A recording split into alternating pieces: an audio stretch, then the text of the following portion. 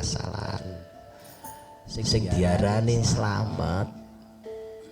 nuwun sewu sing diarani slamet iku ora mung cara istilah awake dhewe pas nalikane arepe kena apa terus ra sida ora mek kuwi tok Pak Bu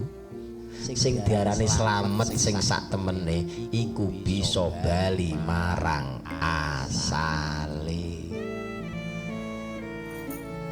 ora wong cetha marang sangkan paraning dumadi kudune ngono padahal awake dhewe iki ora iso ngerti ora iso njamin keselamatane awake dhewe kok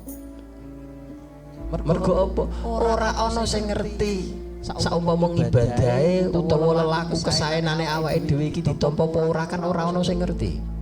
tapi awake dhewe kudu yakin yen apa sing dilakoni kanthi kesaenan bakal ngunduh